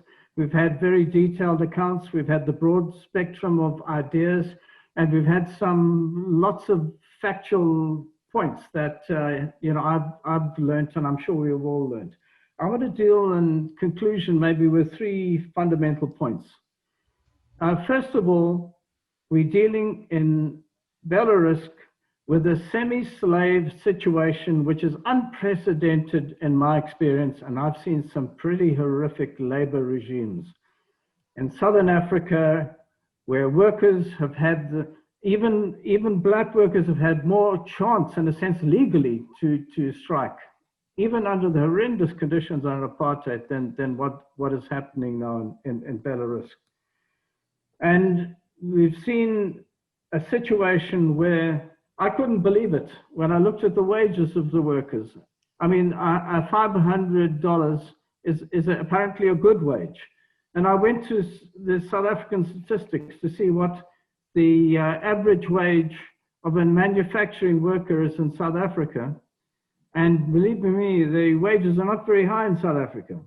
And the wage for a manufacturing worker in South Africa just a few months ago was just short of 20,000 Rand, which is $1,200. That's double the wage of a worker in Belarus. And we're really at the bottom of the pile. We're a cheap labor country in many ways. This situation cannot be tolerated by workers for very much longer. I mean, it's like having a policeman with his knee on your neck, and you can't breathe. You have to fight back just to live. And I've had that sense in moving then from that point to the point which we're now all discussing or considering is the perspective for this regime. In other words, the workers have got to struggle for breath, for air, just to survive. Now, does that mean that we have a short-term or a longer-term view, of the current, resistance? And I'm forced back to an analogy. By the way, Elena, thanks so much for your peat bog fire. That really is something. But I do think we'll see some flames. And I do think that we've not yet seen anything yet. If you go through the history of the Polish resistance, it moved from one foot, which was the students, to the workers, which is the other foot, and then back to the foot, and then together again. And I think we're seeing something like that beginning, in Belarus. And the way in which we talked about it in South Africa was rolling mass action. Rolling mass action. Sometimes it would sputter, the flames would rise, they would die down, and then the students would move in. And then there would be a celebrated strike taking place in an individual factory, which would capture everyone's attention. And then there would be a boycott of rents, in which people refused to pay their rents. And from one thing to the other, it made, in the end, a situation in South Africa, which was an extraordinary situation, which was to say the situation was ungovernable. These people are unable to be governed. You cannot get them to do the work that you tell them to do. And on top of it, new areas of resistance are exploding every other day. Others are dying down, but then one region is moving into action, and then another region is moving into action. and the regime becomes exhausted. It's very tiring when you're jumping around from one foot to the other. And if you try something stupid, like shooting into the crowds of workers, who knows what's going to happen to you? Ceausescu had a very grim ending. And I think that's what I think is in Lukashenko's mind. In the end, people just, everybody's fed up, and one of your own soldiers will just do the job and saving the nation and showing what could be done. That's the second point. In other words, we're trying to see how the smoldering action will turn into flames, the rolling mass action will go ahead. I think we're doing what we can in terms of solidarity, but we could do a lot more. When we look at what happened in France in 1968, we had teach-ins. Now I know that the students are on strike, but there are ways in which we can strike. And I think there's some marvelous institutions. From what I see among the Belarusian people that we've worked in, gosh, you've really worked hard at education, at mastering English and doing well in many different ways. And there is this enormous interest, as there was in Zimbabwe, of a society which has been boxed in and wanting to breathe again in international links. And I just wish we could have a teach-in to get some of our best minds engaged directly with the students. I don't mean just anybody, but really marvelous people, to have a Zoom discussion with our students in Belarus, in Minsk and elsewhere, in Brest or wherever, and have discussions about how society can change. And that discussion will probably go on for 4, 6, 8, 10 hours through the night. We want to have those discussions. And those students will then go out to the factories the next day and carry with them pamphlets which will actually explain to the workers the next steps that are involved, and the workers will receive them. I used to train my students in Zimbabwe to take very simple 5 points and to take them into the factories. And the fathers invited their sons and their daughters, who they were so proud because now we've trained them, and they stood at the table of the factories when the workers are having their lunch, and they gave an explanation of how democracy and national liberation should turn to socialism, how they needed independent trade unions and all the rest of it, and the workers cheered.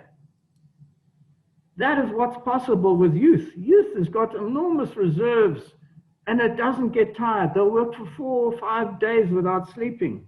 We have to inspire and to get them to, to these levels. And people will just, those balaclava men will just find themselves actually out-circled. I mean, the ways in which the youth can come up with new tricks is something to be believed. We want to see that fiery interaction between students and workers, and to provide everything we can to workers who are in movement and fighting back. Where they are fired, we want to be able to know their names and to send them personal greetings if we can, and to be able to give them direct support, because finance might work on that. There are 100 tricks which we can't discuss now in terms of how to get the money over and to avoid these terrible situations where workers have been imprisoned for receiving money, for the workers' struggle. The last point I want to make is in relation to transfer of power. Now, I think it's been carefully explained that we've had many heroic figures, in the opposition. I just, celebrated. I forget the name of the woman who tore up her passport when she's being deported. So they couldn't deport her because there was no paperwork that could be done. I cheer that kind of action. I don't know if I would have thought about quite doing that, but we've got to show guts under pressure. The workers are doing it, and many of those leaders are doing it as well. And that is what's crumbling, that's making Lukashenko crumble. But we also have to know that come the time when things change, everyone starts to think about their own family and their own relationships. If I could just mention South Africa, you could not find a greater leader than Nelson Mandela. Everybody in the world, I think, knows that name, Mandela. He served 27 years in prison, as much as Lukashenko's been in power, and he stood his ground. He was a man of enormous stature. And we celebrated when he was released. It was a change in our country completely. And yet, I have to share with you, he promised at the time he came out of prison, the mines would be nationalized. If you know the semi-slavery, the absolute slavery on the mining, in the mines in South Africa at that time, that was an enormously exciting position. In the end, nothing happened. In fact, a few months later, he signed a pact with the World Bank for cutting the budget. They even considered taking away the pensions that the workers had got under apartheid. That white regime was forced to give pensions to black people. And they even considered doing away with that until somebody in the World Bank said, no, that's not a clever idea because most of the money goes to grandmothers. And those grandmothers are bringing up the next generation because the women who have the mothers are gone to work. And it's the grandmothers who are getting the pensions who are bringing up the next generation. So it had to stop. But they were considering doing that. And in other words, suddenly we find there's a wave of enthusiasm, a wave of hope, and then, oh dear, good Lord. Nobody ever considered doing away with that labor code. That labor code apparently exists in Russia. I couldn't believe the detail of it, the nasty aspects of it. And it exists in every other fragment of the USSR. It's horrific. No wonder there's such lack of resistance, or such a burden that the Russian workers, have to take. Now, just remember this. When people come to power, I'm not saying these are marvelous people. I'd want to shake their hands. Everyone would want to shake their hands because they've come out of prison. But guys, you cannot put your trust in individuals. It has to come back to the class, to the way in which we organize. Can I just mention a fact? Lukashenko has maybe made 5,000 appointments in state positions. When there's a transfer of power, in other words, power goes from Lukashenko to the opposition, everybody's going to want those. I mean, unless things are very different to what I had imagined. In South Africa, everybody wanted those jobs. In the beginning, they were very polite. They didn't say so. Later, everyone wanted them. My students, I've trained ministers. They jumped for those jobs. And when I see one of my ministers on the beachfront in Durban, we've got a humble beachfront and everyone likes to go there. They come and greet me, Dave, and I ask them, what car are you driving? Sometime in the past, they had a nice little car. Now they've got bodyguards, they've got car number one, the wife's got 2 cars, they've got shoes which cost $5,000. You won't believe it. They just laugh and say, Dave, hey, that's what we do, right? Now we cannot tolerate that. In other words, we've got to be prepared for what you say, sharp turns and sudden changes. We want to work together. We are working together, but we do know that actually things have to be very clear about how we go. Ask the workers in the Minsk tractor factory, who do you want to be the director? Who do you want to be the employer here? In other words, you'll be the committee, we'll be around you, we'll support you. There's a marvelous conscientiousness among Belarusian workers. Everyone's prepared to work additional hours if it's really needed. There's that sense of solidarity which Alina's touched on, which is absolutely unspeakable social capital, they call it. Now, it cannot be dissipated by people who come from outside and are then installed in the state. In South Africa, those people have been horrific. We've lost trillions of dollars have disappeared in South Africa by such people coming into power and then deciding they're going to do a different situation. They're going to make some deal and invest in a completely new electricity company. And of course, their uncles, their families, and all the rest of it are involved in the deal. We can't have that. I'm not saying it's likely. I'm not saying it's actually on the cards, but we've got to have our eyes wide open, because if I can say it, Belarusian people are so marvelous, they don't think that things could go wrong in this sense. You're marvelous people. You don't have active distrust. I hate active distrust. I would love to think that when I go to the dentist, he will give me a nice, in America, here I am, and I do need a dentistry sometime. And then the guy will only charge me $100. When I get $2,000, I hate that person. I don't like him at all. In other words, the people that you go to, the people who you're dependent on as professionals and as experts, and the people who are going to be put in place in terms of the state, those people have to be you. The good people who are prepared to work as dedicatedly as you do in different ways, the marvelous engineers that you've got in Belarus, the people who are experts and prepared to listen and to be humble and to be able to listen to the workers and to organize production in new ways. That is the way in which the relatively small resources of Belarus provide plenty for the people of Belarus. And you will be a shining example to the rest of the world how to do it. And I would actually say just that, because I'm so impressed with what I've read about everything that I've read about the working people and the people in general, the women who brought out to the marches, the pensioners who prepared to go. And now I hear that those people are going to remember the fallen dead at the hands of the secret police. That's a marvelous spirit. And I know that you can do it. So I would say that we'll do everything we can in solidarity. Be daring. Go forward in faith.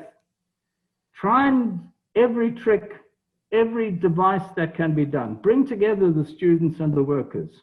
Encourage those workers who have been fired and who have to be forced to ask their jobs back humbly. Apparently, that's also what's happening. Examine your program, that REP program. It's a good start. Let's build on that and let's see what we can achieve in Belarus. If you succeed, this is why I'm so excited. If you can succeed, even as Roger said, you don't go all the way down the road, but at least you're on your way to the destination. Gosh, we'll be cheering. The Russian workers will be cheering.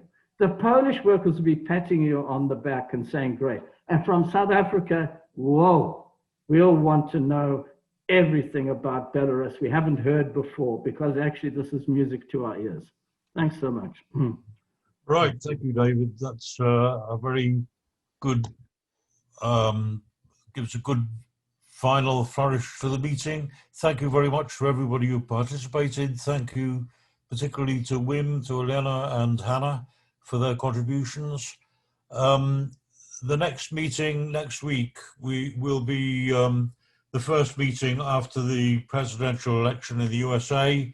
We're not discussing, again, the immediate situation in the USA, but what we want to do is to have a discussion on the international repercussions of the election, whichever way it goes. We may still not know this time next week who the victor is, but in any case, what we want to discuss is the global ramifications of the election, whoever wins, in terms of diplomacy, in terms of politics, in terms of strategically, in terms of politically, diplomatically, all the rest of it, and of course in terms of the economy. So a notice will go out as usual a few days beforehand. I hope to see everybody there, and thank you everybody for your attendance. Bye.